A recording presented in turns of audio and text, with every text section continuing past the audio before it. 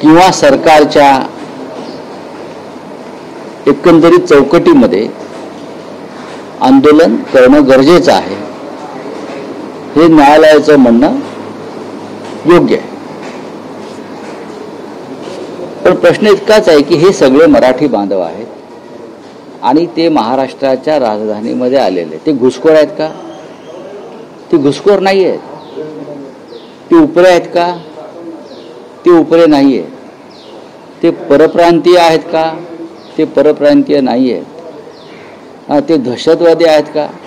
ते दहशतवादी नाहीत. फक्त त्यांना एका चौकटीमध्ये आंदोलन करणं गरजेचं आहे. न्यायालयानं ज्यांना बाहेर काढावं असे खूप लोक या मुंबई शहरामध्ये आहेत. अगदी गौतम अडाणीसह ज्यांना धारावीच गिळली मराठी माणसाची, असे अनेक लोक आहेत. अनेक विषयावर न्यायालयामध्ये निर्णयच लागत नाहीत वर्षानुवर्ष. मग हायकोर्ट असेल किंवा सुप्रीम कोर्ट असेल, आम्ही वर्षानुवर्ष न्यायालयाच्या किंवा न्यायाच्या प्रतीक्षेमध्ये आम्ही सगळे असतो. आम्ही आहोत, आजही शिवसेना आहे.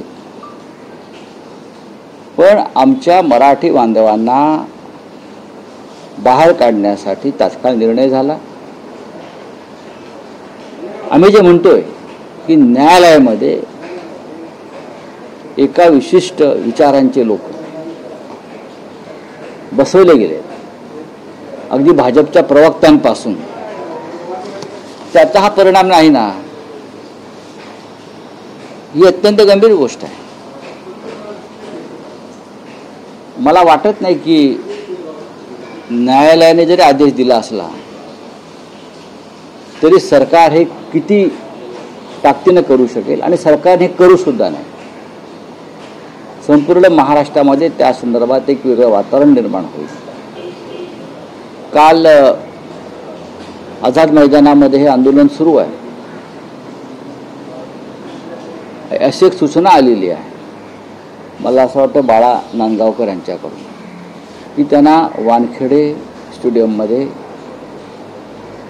आंदोलकांना एकत्र जागा द्या. वानखेडे स्टेडियम हा ॲक्टिव्ह आहे. वानखेडे स्टेडियममध्ये आपले सामने होतात सध्या.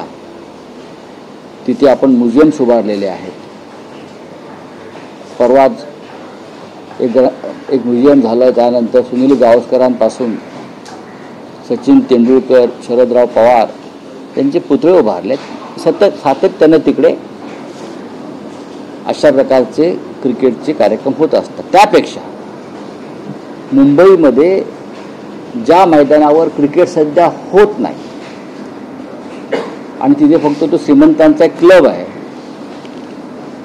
ते बेगम स्टेडियम आहे. त्यासाठी ज्याला तुम्ही CCI क्लब म्हणता, ते अधिक योग्य ठरेल. कारण आझाद मैदानामध्ये चिखलामध्ये कार्यकर्त्यांना बसता येत नाही, त्याच्यामुळे ते रस्त्यावर येतात. आणि मग आपले इतर सगळे विधी करतात, बसतात. त्यापेक्षा जर वेगळ्या स्टेडियमला त्यांना जागा देऊ शकतो, हे मी फार गांभीर्यानं सांगतो आहे. पण तिथे आता क्रिकेटचे सामने होत नाहीत त्या मैदानामध्ये. एकेकाळी व्हायचे. त्यांनी वसंतराव नाईक असताना जो इतिहास आहे, मराठी माणसाच्या दुष्काळग्रस्तांच्या कार्यक्रमाला त्यांनी जागा नाकारली. असा जो क्लब आहे, मग तिथे आता काहीच होत नाही, फक्त दारू पिण्याशिवाय. तर काही काळ तो क्लब द्यावा जरांगेंच्या आंदोलनासाठी. पण जबरदस्तीनं हटवण्याचा उपक्रम जर कोणी सुरू करत असेल तर महाराष्ट्राच्या मंत्रिमंडळातील स्वतःला जे मराठी किंवा मराठी समजतात त्यांना याचा जाब विचारावा लागेल. आपण आजचं छायाचित्र पाहिलं असेल, उपसमितीच्या बैठकीचं छायाचित्र आहे. मुख्यमंत्री, उपमुख्यमंत्री राधाकृष्ण विखे पाटील, शिवेंद्रराजे भोसले, त्यांच्या चेहऱ्यावरती अजिबात गांभीर्य नाही आहे. असं जसं काजू बदाम खाताना फोटो आहे. लोक उपाशी आहेत बाहेर. हे या सरकारचं या आंदोलनाबाबतचं गांभीर्य आहे. या जातीला त्या जातीविरुद्ध उभं करायचं, त्या जातीला त्या जातीविरुद्ध उभं करायचं, कोर्टामध्ये माणसं पाठवायची, अराजक निर्माण करायचं, हे या सरकारचं काम. केंद्र सरकारनं हस्तक्षेप करावा आणि आवश्यक ती घटना दुरुस्ती करावी असा हा विषय आहे. एक लक्षात घ्या, शेतकऱ्यांनी जेव्हा आंदोलन केलं दिल्लीच्या सीमेवर 2 वर्षाच्या पेक्षा जास्त काळ, तेव्हा त्या आंदोलनापुढे सरकारला झुकावं लागलं आणि 3 काळे कायदे मागे घ्यावे लागले नरेंद्र मोदींना. हे आंदोलन त्याच प्रकारचं आहे आणि या आंदोलनाच्या संदर्भात सुद्धा सरकारला एक विशिष्ट घटना दुरुस्ती करून ओबीसी समाज, मराठा समाज, धनगर समाज या सगळ्यांना त्यांच्या आर्थिक निकषावर, आर्थिक दुर्बलपणावरती आरक्षण देण्याचा विचार करावा लागेल. पण परत सांगतो, आंदोलकांवरती जबरदस्ती करून त्यांना बाहेर ढकलण्याचा प्रयत्न केला तर महाराष्ट्र ऐन गणपतीमध्ये विस्कळीत. रावसाहेब, तुम्ही म्हणालात की ब्रेबॉर्न स्टेडियम उपलब्ध करून द्यावं, पण काल न्यायालयानं वानखेडे किंवा ब्रेबॉर्न स्टेडियम उपलब्ध करून देण्याची मागणी यापूर्वीच फेटाळलेली आहे. त्यांना फेटाळायला काय मागणी करताना काही तुम्हाला भान आहे का? आम्हाला भान आहे ना. जर ग्राउंड्सना ऐतिहासिक संदर्भ आहे नाही, मग मुंबईच्या उच्च न्यायालयात सुद्धा ऐतिहासिक संदर्भ आहेत. आतापर्यंत एखाद्या पक्षाचे प्रवक्ते त्या उच्च न्यायालयाच्या खुर्चीवरती कधी विराजमान झाल्याचं आम्हाला दिसलं नव्हतं. अधिकृत प्रवक्ते बरं का, मराठी माणसालाच भान आहे इथे. ही मुंबई मराठी माणसाची आहे आणि त्या संदर्भात उच्च न्यायालयानं भान ठेवणं गरजेचं आहे. हे मी उच्च न्यायालयाचा सन्मान आणि आदर माझ्या मनातला कायम ठेवून सांगतो. ज्या उच्च न्यायालयामध्ये भाजपचे प्रवक्ते, एका विशिष्ट विचारांचे मुख्य प्रवक्ते प्रत्यक्षपणे न्यायाधीशांच्या खुर्चीवर बसवले जातात, तेव्हा कुठे जातं भान? महाराष्ट्रात बेभान का झालाय? न्यायव्यवस्थाच कोलमडलेली आहे. न्यायव्यवस्थेवरती जो काल निर्णय दिलेला आहे हे न्यायालयाचं कामच नाही. हे सरकार आणि आंदोलकांमधलं काम आहे.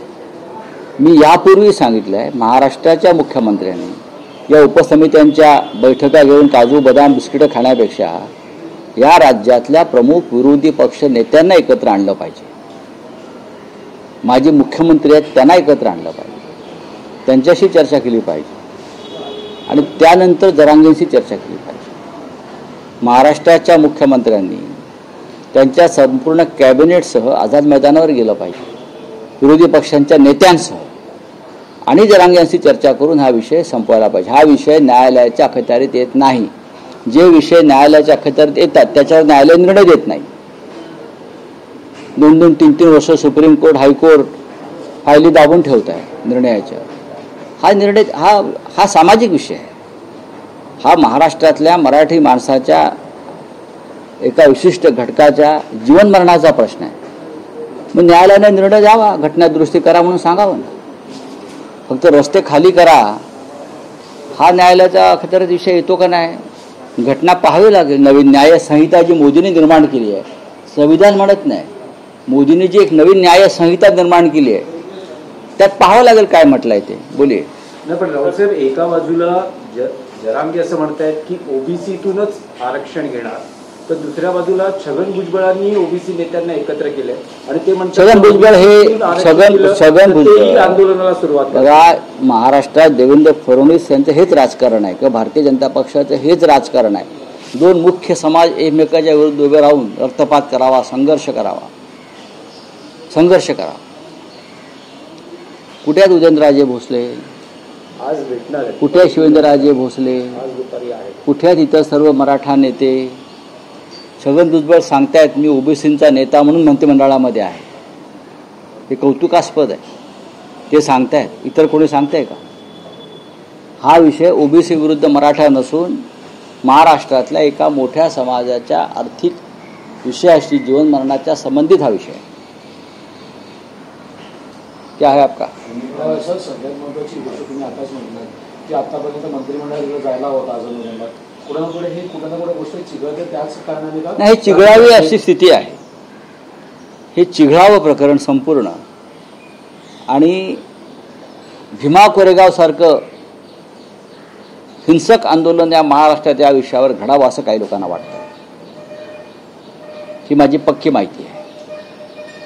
भीमा कोरेगाव सारखं, जसे भीमा कोरेगाव दंगली मागे काही शक्ती काम करत होत्या, तसंच अशा प्रकारचं आंदोलन चिघळावं, गावागावात दंगली घडाव्यात यासाठी मंत्रिमंडळातल्या काही शक्ती काम करतात. आणि देवेंद्र फडणवीस यांना हे पक्क माहिती आहे. हे न्यायालयाला माहीत नसेल पण राज्याच्या मुख्यमंत्र्यांना माहिती आहे. म्हणून हा विषय सरकारच्या अखत्यारीतला आहे, न्यायालयाच्या नाही.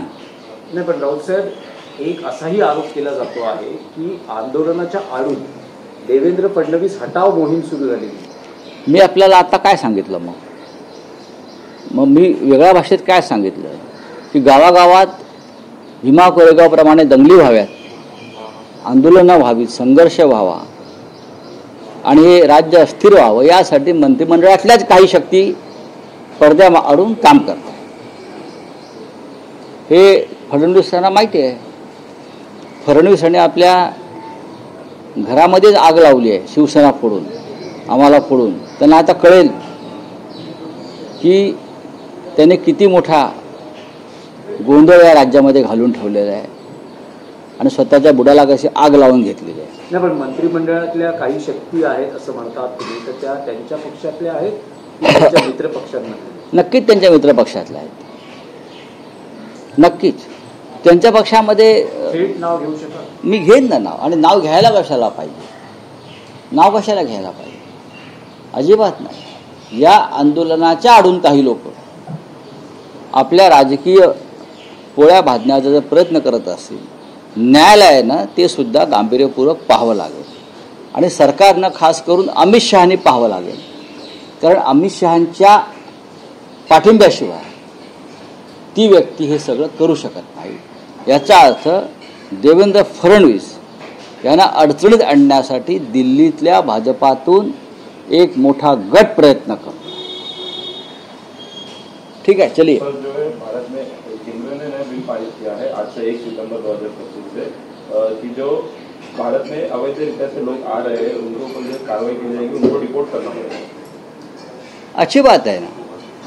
किसी भी देश की सीमा पार करके कोई इलीगल इमिग्रेंट्स आता है तो उसको बाहर निकालना ही चाहिए. प्रेसिडेंट ट्रंप हमारे भारतीय लोगों को जंजीरों में बांध कर यहाँ भेजता है. तो मुझे मोदी जी से आह्वान है कि यहाँ भी अगर कोई अमेरिकन होगा इलीगल रहता है तो उसको भी इसी तरह से जंजीर में जकड़ कर अमेरिका में भेज दीजिए. सर, बिहार विवाद पर विपक्ष को बड़ा झटका और ये दिखा दे रहा है. आपत्ति और दावे दर्ज करने समय सीमा में बढ़ोतरी सुप्रीम कोर्ट ने इनकार कर दिया है. कैसे देखते हैं? सुप्रीम कोर्ट अगर इनकार करता है तो सुप्रीम कोर्ट को हम ये बताएंगे कि देश का चुनाव आयोग भारतीय जनता पार्टी के साथ पार्टनरशिप में किस तरह से काम कर रहा है, किस तरह से चुनाव को ख़त्म कर रहा है, लोकतंत्र को ख़त्म कर रहा है. हमारे पास पूरे एविडेंस है.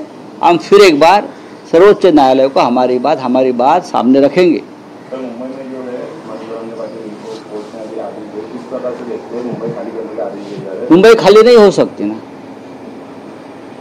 ये मुंबई जो है सर्वोच्च हाईकोर्ट ने नहीं दिया है महाराष्ट्र को और मराठी लोगों को. ये मुंबई 106 जो शहीद हो गए मराठी हमारे और हजारों लोग आंदोलन में आए थे, लाखों लोग, उसके बाद ये मुंबई महाराष्ट्र को और मराठी मानुस को मिली है. तो महाराष्ट्र की सरकार तय कर सकती है. हाईकोर्ट के कंधे पर बंदूक रखकर अगर आप गोली मारोगे तो महाराष्ट्र में बहुत बड़ा संघर्ष हो जाएगा.